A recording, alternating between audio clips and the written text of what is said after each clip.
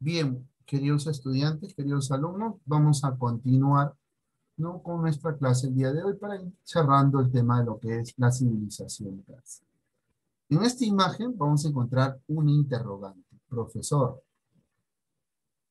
¿qué, ¿por qué vemos en esta imagen que estamos hablando de los persas? Y si bien es cierto, hemos hablado hasta hace un tiempo de la arquitectura o de las ciudades más importantes, las capitales, que van de acuerdo a lo que va pasando el proceso histórico, o sea, de rey en rey. Ahora, vamos a ver el tema del arte. Cuando Darío asume el liderazgo, ¿no? Darío, ya no Ciro, cuando Darío asume el liderazgo como rey como tal, antes de su muerte, Darío había hecho expandir el territorio persa de manera increíble. Habían anexado territorio de Mesopotamia, Egipto, Macedonia, de parte de los griegos, ¿no? Entonces, al condicionar esos territorios, el arte fue, como se dice, condicionándose. Ciro hace una estrategia, recuerde usted, ¿cuál es la estrategia de Ciro, no? Para condicionar el comercio y la economía, yo creo una moneda. Y la moneda va a ser el condicionante para Ciro. Perdón, para Darío. Y Darío, al crear la moneda, condiciona el comercio y prácticamente le da un sostén económico al imperio persa. Por lo tanto, al ir anexando ciudades, al respetar lo que su antecesor, en este caso, que va a ser Ciro, que respetaba las costumbres y las religiones de cada uno de los pueblos, él va a hacer lo mismo, pero le va a poner un condicionante, un pago extra en base a lo que va a hacer sus dominios, y en la economía la moneda es el condicionante. En el arte va a ir anexando lo que cada uno de estos pueblos le va a compartir. Es por eso que vamos a ver dentro del arte, en el arte asirio, el arte babilónico, el arte egipcio, el arte griego y el arte de los hititas. Son los sitios en los cuales fueron anexando, y Darío pues anexó. Y por lo tanto que la expresión cultural artística de los persas va a estar condicionada a las influencias, sin dejar su esencia como tal. Es por eso que vamos a ver dentro de las construcciones, ¿no?, del territorio persa, con rasgos, ¿no?, netamente asirio, babilónico. En el arte, ¿no?, de los persas, con rasgos por parte de los egipcios, con rasgos griegos, ¿no?, con rasgos de los hititas, ¿no?, sin dejar de lado la representación de sus leones. Esas representaciones de sus leones van a estar más reflejadas en la parte de la escultura. Estos diseños van a tener grandes detalles grabados. Esa forma de los ojos estáticos, como ustedes están viendo en esta imagen de acá, es una característica de los persas, ¿no? Estos van a tener su influencia por parte de los asirios, ¿no? El tratamiento, en este caso, que se va a brindar a cada una de las esculturas o representaciones que se van a dar, se les va a sumar lo que es, en este caso, la representación de los leones, ¿no? Y eso se va a representar muchísimo por parte de los persas. Es una característica. Es decir, que usted vea una imagen o una escultura o una pared tallada y vean la imagen de los leones, automáticamente, este es diseño persa. La forma de los leones. ¿No recuerden ustedes que, por ejemplo, dónde notamos una influencia babilónica? En la barba de esta escultura? Miren, la barba. Esta barba es netamente babilónica, una influencia marcada. Entonces quiere decir que, profesor, al anexar los pueblos, también había una mezcla, una combinación, por así decirlo, en las manifestaciones culturales, ¿no? Y sobre todo en el arte, profesor, sí, exacto. Iba a haber una combinación, va a haber una mezcla que va a tener un resultado como tal, ¿no? En la pintura también, como les decía a ustedes, se van a dar los primeros manuscritos miniados. Estos manuscritos van a ser manuscritos inmensos, grandes, ¿no?, que eran cargados por dos hombres, imagínense, ¿no? Estos manuscritos, ojo también, si ustedes tienen la oportunidad de ir a lo que es el Museo de San Francisco, lo que es la, la iglesia de San Francisco, la que está pues cerca a Palacio de Gobierno, ¿no? Ahí van a notar ustedes en la sala coral hay unos libros inmensos, ¿no? Unos donde están plasmados las notas y los cantos, ¿no? Recuerden ustedes que en esta sala coral se reunían muchos, en este caso, religiosos para cantar los cantos religiosos, los corales, ¿no?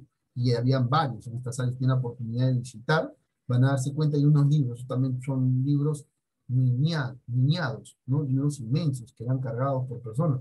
Y eso lo hacían porque lo ponían en cierta distancia, estos libros, a cierta distancia, y tenían que leerse. Imagínense que escribieran con una letrita chiquitita, así, como la del profesor Narro. Uy, a distancia no lo voy a poder leer. Entonces, ahí, si yo escribo un libro con letras grandes, a distancia yo lo voy a poder leer y voy a poder contar. Y eso se va a reflejar mucho en este caso. ¿No? Los manuscritos lineados no formaron parte de la tradición artística de los persas.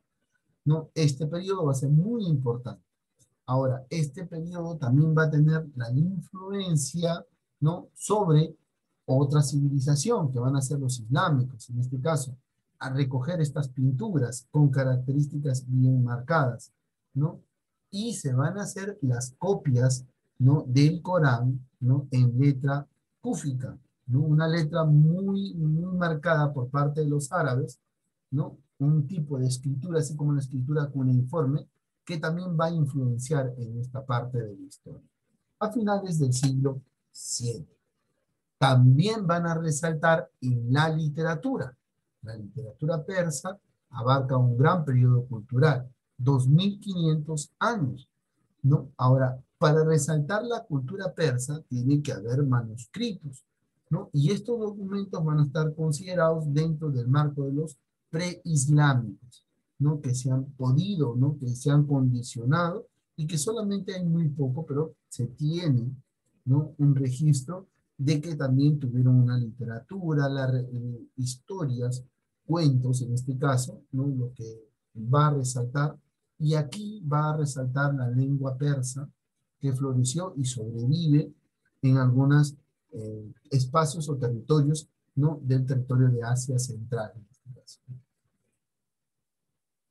Ahora, en el mundo de la religión, vamos a entender la religión con el término no monoteísta como los hebreos, sino politeísta, varios dioses, ¿no?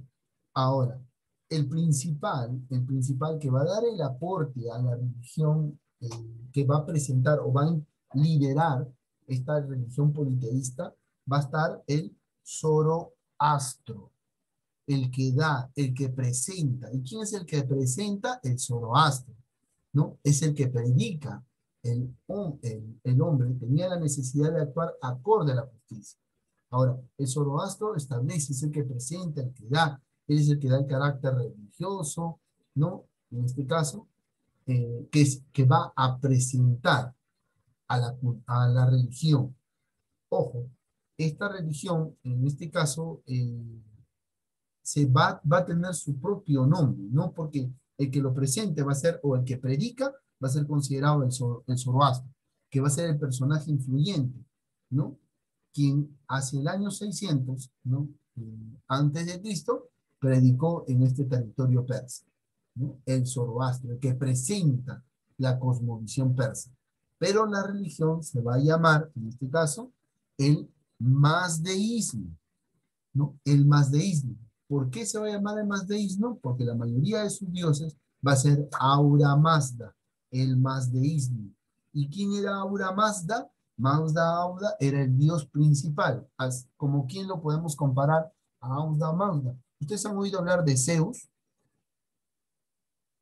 ¿Han oído hablar de Zeus o no? Sí, Sí, ¿cierto? Ahora Mazda tenía similar, solamente estamos comparando, no estamos diciendo que es igual, ojo, ahora Mazda tenía el mismo grado que Zeus. Y también va a haber, en este caso, la Mija, que va a ser representado por el sol, ¿no? Y la fertilidad, la tierra, por así decirlo, ¿no? Ana, Andita, que va a ser otra diosa también por parte de los persas, en este caso. Ahora, los dioses estaban relacionados también no solamente no tanto a los fenómenos naturales, ¿no? Como vamos a ver en otras civilizaciones, sino estaban relacionados a funciones sociales, militares, económicas, ¿no? Y que generaban cierto condicionante a la población, ¿no? Ojo, miren la diferencia, ¿no? En el caso con otras civilizaciones que estamos viendo, no están relacionados a fenómenos o por ejemplo, la madre tierra, el dios sol, no. Estaban relacionados a funciones sociales, militares y económicas. Tenían otra función en este caso. Así vamos a ver la civilización. ¿Qué resaltamos? Que va a haber un personaje influyente que va a presentar la religión, que va a ser el profeta, como se dice, conocido como el Zoroastro, que dentro de la religión va a plasmar la religión el mazdeísmo, religión politeísta de los persas, ¿no? Su dios principal, Ahura Mazda, ¿no? Después vamos a tener el Mija, ¿no? Y el Andita en este caso. Ahí lo vamos a tener acá. El zoroastrismo o el zoroastro, quien presenta, en este caso, el culto dualista, en este caso, politeísta, ¿no? Aura Mazda, o el Hormuz, ¿no? Y el libro sagrado de esta religión va a ser el Zen Avesta, ¿no? El Zen Avesta. Acá está el Zen Avesta, arriba en la representación acá, que se basa. El dios principal, Aura Mazda, ¿no? Por eso tenemos a la religión como el mazdeísmo. En el aspecto cultural, ¿no? Se habla mucho del persa antiguo, el persa aquemenio, los manuscritos, ¿no? Por ejemplo, van a sus manuscritos, las historias de ellos se van a encontrar en unos cilindros. Por ejemplo, lo que hace Darío, lo que hace Ciro, sus accionarios, van a ser encontrados en una especie de cilindro. Este es solamente un pedazo. Esto se prolonga, es igualito, también igualito, en forma de cilindro, ahí va a estar plasmado, ¿no? En la pintura van a estar los frescos y los manuscritos miniados que hemos hablado hace un ratito, la música persa que ha sobrevivido, ¿no? Son las gatas, ¿no? De Zaratustra en este caso. Están formados son más que nada, son una especie de cantos en poesía, ¿no? Que tienen un propio ritmo, ¿no? En poesía, recuerden ustedes que la poesía tiene una, una forma de expresarse, en forma de versos, que tiene su propio ritmo. Conforme lo van leyendo, conforme lo van expresando.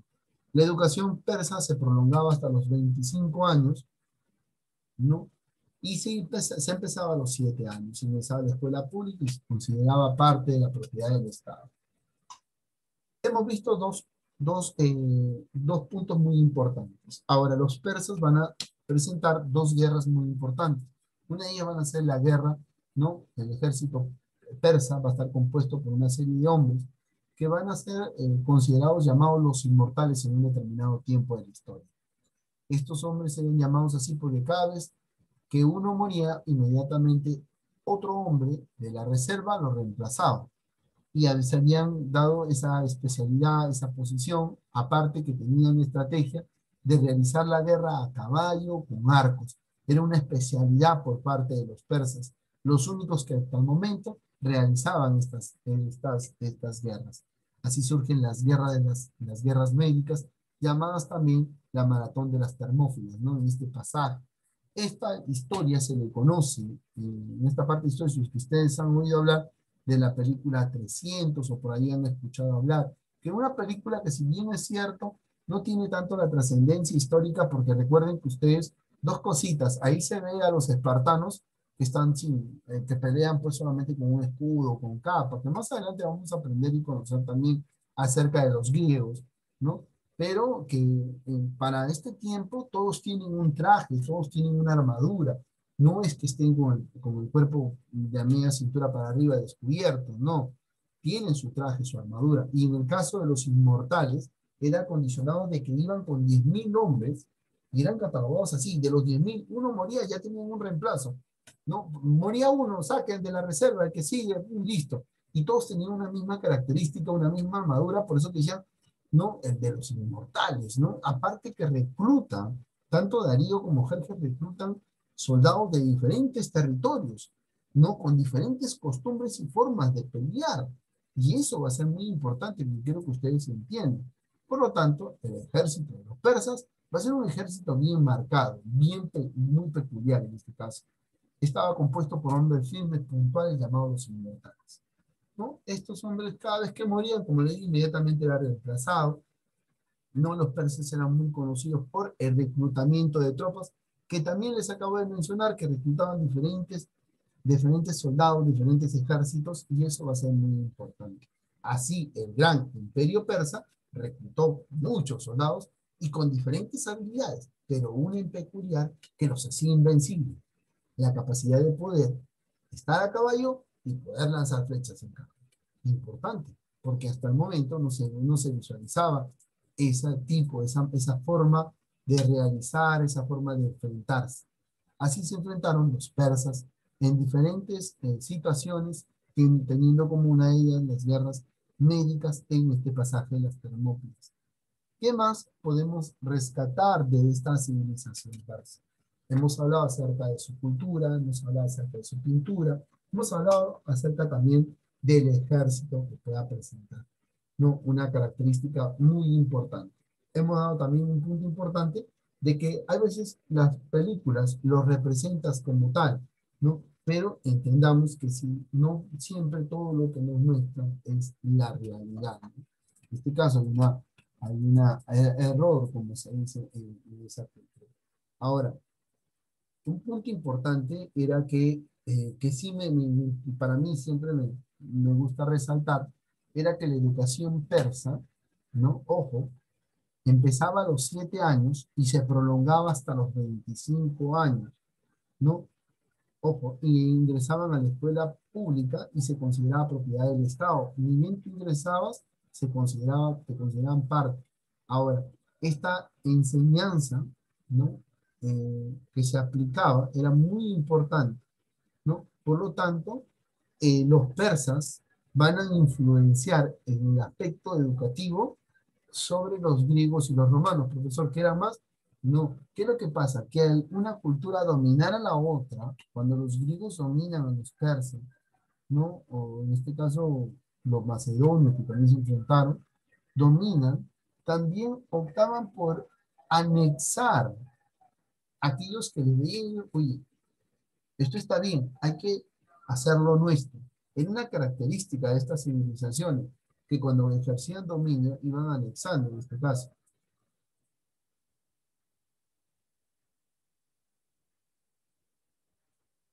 Ok, no hay ningún problema, no hay ningún problema, no hay ningún problema. Pues, no te preocupes. Ok, no hay ningún problema. Pues, estaba permiso conseguido. Ahora,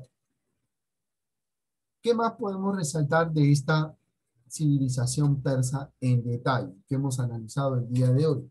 Queridos estudiantes. Ojo, que la próxima semana, por eso le dije, la próxima semana al ingresar, vamos a tener una práctica. Vamos a resaltar una práctica, ¿no? Por eso estoy cerrando el día de hoy para la próxima clase, ¿no? Tener claro lo que vamos a desarrollar, ¿sí? Vamos a desarrollar una práctica, entrando nomás rapidito. Vamos a desarrollar una práctica dirigida. ¿Qué cosa quiere decir una práctica dirigida? Yo lanzo la práctica y conmigo yo la dirijo. La primera pregunta, respondemos tal cosa, repetimos las opiniones y plasmamos. Desarrollamos la práctica, automáticamente lo suben a la plataforma y desarrollamos la primera parte de una nueva civilización que estaríamos cerrando también en esta unidad. ¿Sí? Que va a ser un punto muy importante. Es una práctica dirigida. Para mí es muy importante. ¿Quedó claro el tema de la religión? ¿Cierto? La religión, ¿quién es el que la presenta? El Zoroastro. ¿Cómo se llama la religión de los persas? El Mahdeísmo. ¿Cómo se llama su dios principal? El Ahura Mazda, ¿no? Muy importante. Característica, politeísta. Ojo, politeísta. Vamos a dejar de compartir acá. Bien, hasta este punto, ¿alguna pregunta?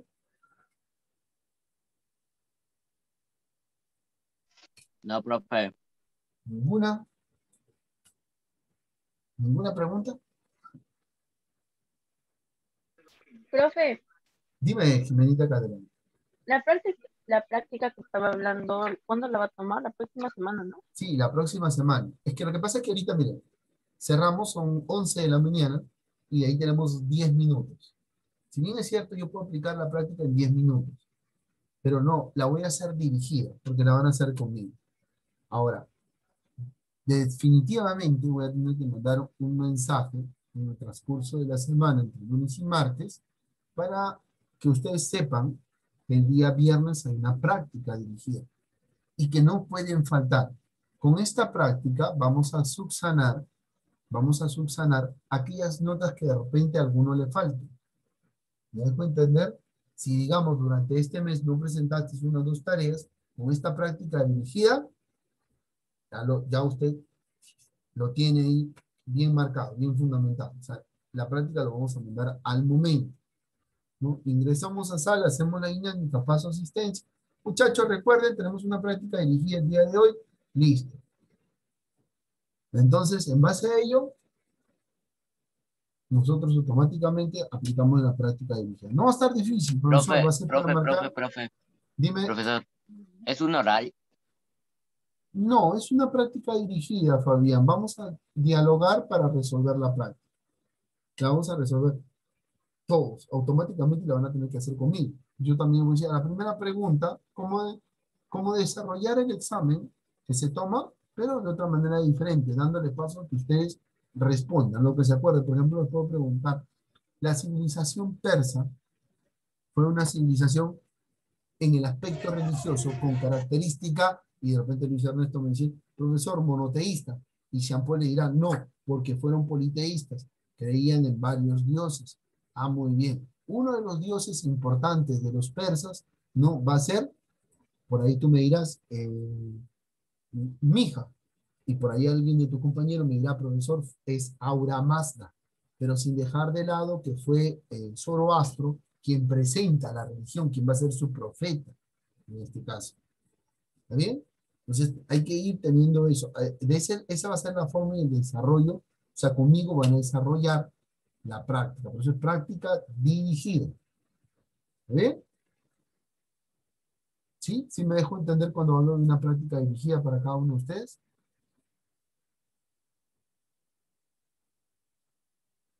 ¿Sí? Pulgar arriba, si me están entendiendo, la próxima semana, práctica dirigida. ¿Sí? A ver, pulgar arriba. José Tavera, ok, correcto. ¿Qué beneficios tenemos con esta práctica dirigida? Que vamos a poder desarrollarla, que cada uno de ustedes puede opinar. Entonces, en el opinar, también vamos a plasmar un contenido. Ese contenido ya bastamos llegar en consenso todos. Y ese contenido desarrollado lo vamos a subir a la plataforma. Si bien es cierto, vamos a tener un espacio para subirlo, ¿no? Un tiempo, que lo subo. Listo. Entonces uno sube y ya tiene su nota. Lo bonito ahí. ¿Está bien?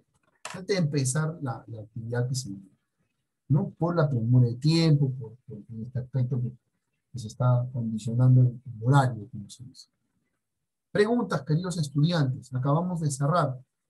Un punto importante va a ser que la civilización persa termina cayendo en el año 304 después de Cristo, si no me equivoco, ¿no? Si no me falla la memoria, 304, a mano pues de Alejandro Magno.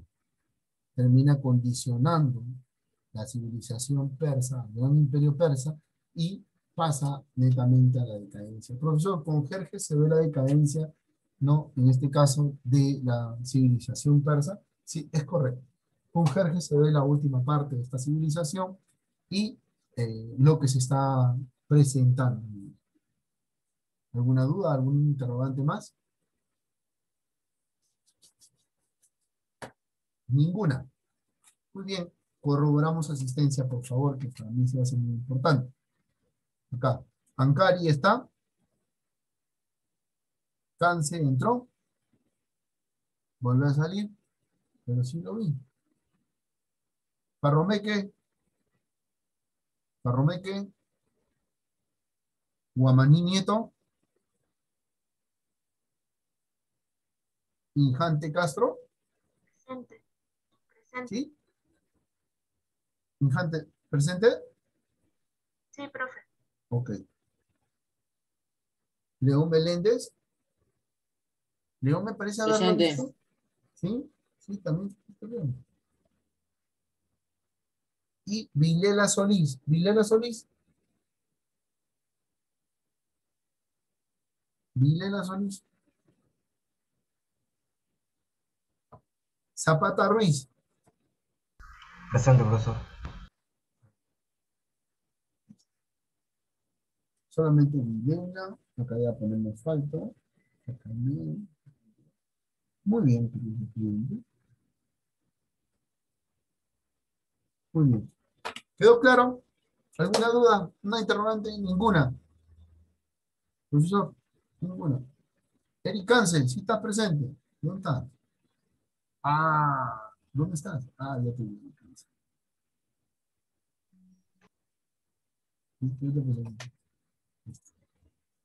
Bien, pulgar arriba para dar la conformidad.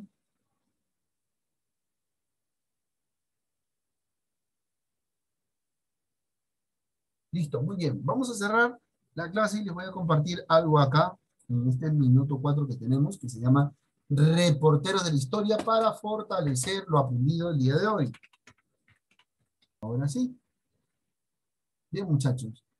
Tenemos 4 minutos 59, o sea, 4 minutos, y en estos 4 minutos yo les voy a compartir un videito para reforzar lo aprendido de la civilización persa. Y digo lo aprendido porque vamos a escuchar en este videito que dura 1 minuto con 48 minutos lo que hemos hablado acerca de los reyes. Vamos a ver acá. ¿Sí? Compartimos.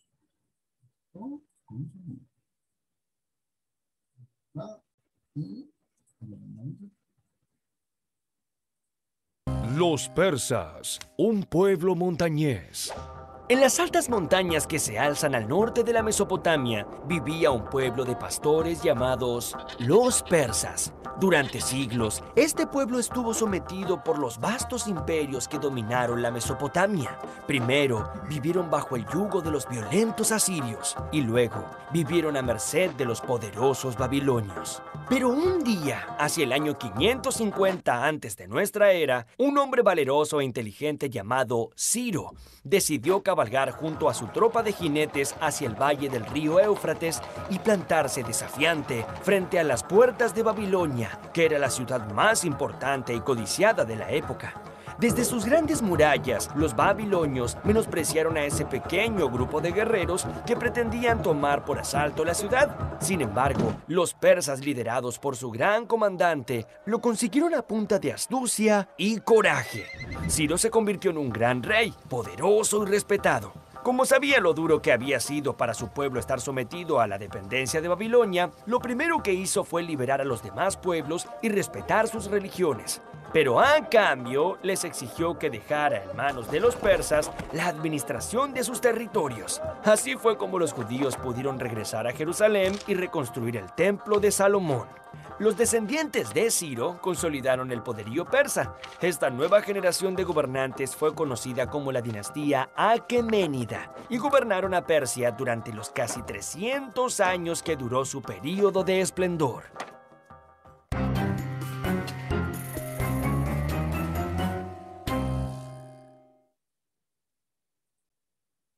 bien, muchachos, espero que les haya gustado.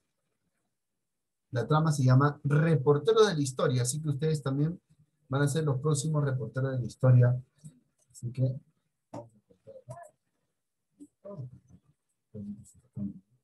muy bien, muchachos.